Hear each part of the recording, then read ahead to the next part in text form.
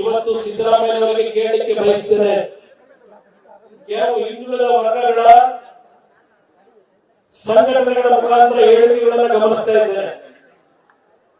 ಸಿದ್ದರಾಮಯ್ಯನವರು ಇವತ್ತು ಹಿಂದುಳಿದ ಒಬ್ಬ ನಾಯಕರು, ಅವರು 2ನೇ ಬಾರಿ ಮುಖ್ಯಮಂತ್ರಿ ಆಗಿರ್ತಕ್ಕಂಥದಕ್ಕೆ ಕೆಲವರು ಸಹಿಸಲಾರದೆ ಹೊಟ್ಟೆಯವರಿಂದ ಸಿದ್ದರಾಮಯ್ಯನವರನ್ನು ಇಳಿಸಬೇಕು ಅಂತ ಹೊರಟಿದ್ದಾರೆ.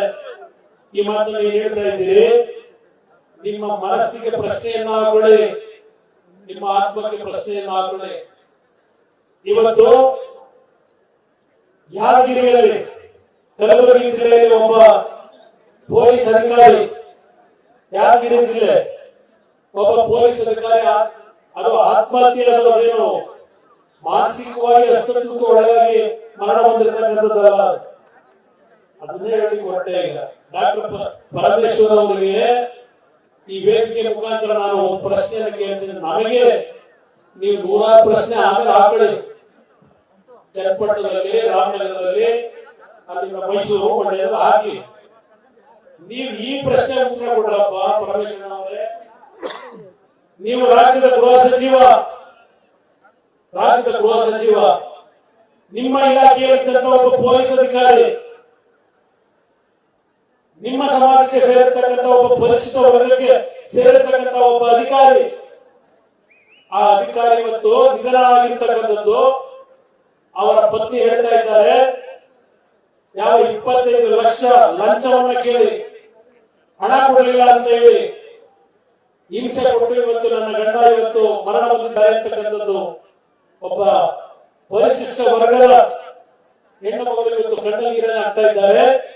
ಇದು ಪರಮೇಶ್ವರ್ ಅವರೇ, ಇದು ಸಿದ್ದರಾಮಯ್ಯನವರೇ, ನೀವು ಬಾಬಾ ಸಾಹೇಬ್ ಅಂಬೇಡ್ಕರ್ ಅವರಿಗೆ ಕೊಡ್ತಾ ಇರ್ತಕ್ಕಂಥ ಗೌರವವನ್ನ ನಿಮ್ಮಿಂದ ನಾವು ಕಾಣಲಿಕ್ಕೆ ಸಾಧ್ಯವ? ಹಿಂದುಳಿದ ವರ್ಗದ ಸಂಘಟನೆಗಳಿಗೆ ನಾನು ಕೇಳಲಿಕ್ಕೆ ಬಯಸ್ತೇನೆ. ಇದೇ ಸಿದ್ದರಾಮಯ್ಯನವರು 2013-17 ಮುಖ್ಯಮಂತ್ರಿ, ಒಬ್ಬ ಕಲ್ಲಪ್ಪ ಅಂಡಿವಾಳ ಅಂತ ಹೇಳಿ ಇದೇ ಸಿದ್ದರಾಮಯ್ಯನವರ ಸಮಾಜಕ್ಕೆ ಸೇರಿದಂತ ಒಬ್ಬ ಪೂರ್ವ ಸಮಾಜದ ಯುವಕ ಡಿವೈಎಸ್ಪಿ ಇವತ್ತು ರಾಜ್ಯದಲ್ಲಿ ಒಂದು ಉನ್ನತವಾದಂತಹ ಅಧಿಕಾರಿಯಾಗಿ ಬದುಕಿದ್ರೆ ಕೆಲಸ ಮಾಡತಕ್ಕಂಥ ಶಕ್ತಿ ಇತ್ತು. ಆ ಅಮಾಯಕ ಪ್ರಾಮಾಣಿಕ ಯುವಕರಿಗೆ ಯಾತಕ್ಕೆ ಆತ್ಮಹತ್ಯೆಗೆ ಶರಣಾದರು? ನಿಮ್ಮ ಆಡಳಿತದಲ್ಲಿ ಯಾವ ಹಿಂದುಳಿದ ವರ್ಗದ ಹೆಸರಿನಲ್ಲಿ ಅಧಿಕಾರವನ್ನು ನಡೆಸ್ತಾ ಇದ್ದೇನೆ ಅಂತೀರಿ, 2ನೇ ಬಾರಿಗೆ ಮುಖ್ಯಮಂತ್ರಿ ಆಗಿದ್ದೀನಿ ಅಂತೀರಿ. ನಿಮ್ಮ ಸಮಾಜದ ಒಬ್ಬ ಪ್ರಾಮಾಣಿಕ ಒಬ್ಬ ಪೊಲೀಸ್ ಅಧಿಕಾರಿಯನ್ನ ರಕ್ಷಣೆ ಕೊಡಲಿಕ್ಕಾಗದೆ ಇರತಕ್ಕಂಥ ಸಿದ್ದರಾಮಯ್ಯ ಅವರು ಇವತ್ತು ಹಿಂದುಳಿದ ವರ್ಗಕ್ಕೆ ನ್ಯಾಯ ಕೊಡ್ತಕ್ಕಂಥ, ರಕ್ಷಣೆ ಕೊಡ್ತಕ್ಕಂಥ ಶಕ್ತಿ ಅವರಲ್ಲಿ ಇದೆಯಾ? ಇವತ್ತು ಈ ಸಂಘಟನೆಗಳು ತಿಳಿದುಕೊಳ್ಳಬೇಕಾಗ್ತದೆ. ಇಲ್ಲಿ ನಾವೇನಿದ್ದೇವೆ, ಇಲ್ಲಿ ನಾವು ಜಾತಿಯ ಹೆಸರಿನ ರಾಜಕೀಯವನ್ನು ಮಾಡಲಿಕ್ಕೆ ಇವತ್ತು ನಾವು ಹೊರಟಿಲ್ಲ. ನಮಗೆ ಈ ನಾಡಿನಲ್ಲಿರ್ತಕ್ಕಂಥ ಪ್ರತಿಯೊಬ್ಬ ಸಮಾಜದ ಕಟ್ಟ ಕಡೆಯ ವ್ಯಕ್ತಿ ಒಂದು ಸ್ವಾಭಿಮಾನದ ಬದುಕನ್ನ ಕಾಣಬೇಕು ಅಂತಕ್ಕಂಥದ್ದು ಇವತ್ತು ನಮ್ಮ ಪಾದಯಾತ್ರೆಯ ಸಂದೇಶವನ್ನ ಕೊಡ್ಲಿಕ್ಕೆ ನಾವು ಹೊರಟಿದ್ದೇವೆ. ಮೂಢ ಬಗ್ಗೆ ಚರ್ಚೆ ಮಾಡ್ತಾ ಇದ್ದೀರಿ. ಯಾವ ನೈತಿಕತೆ ಹೇಳಿದ್ದೀರಿ ನೀವು? ಯಾವ ನೈತಿಕತೆ?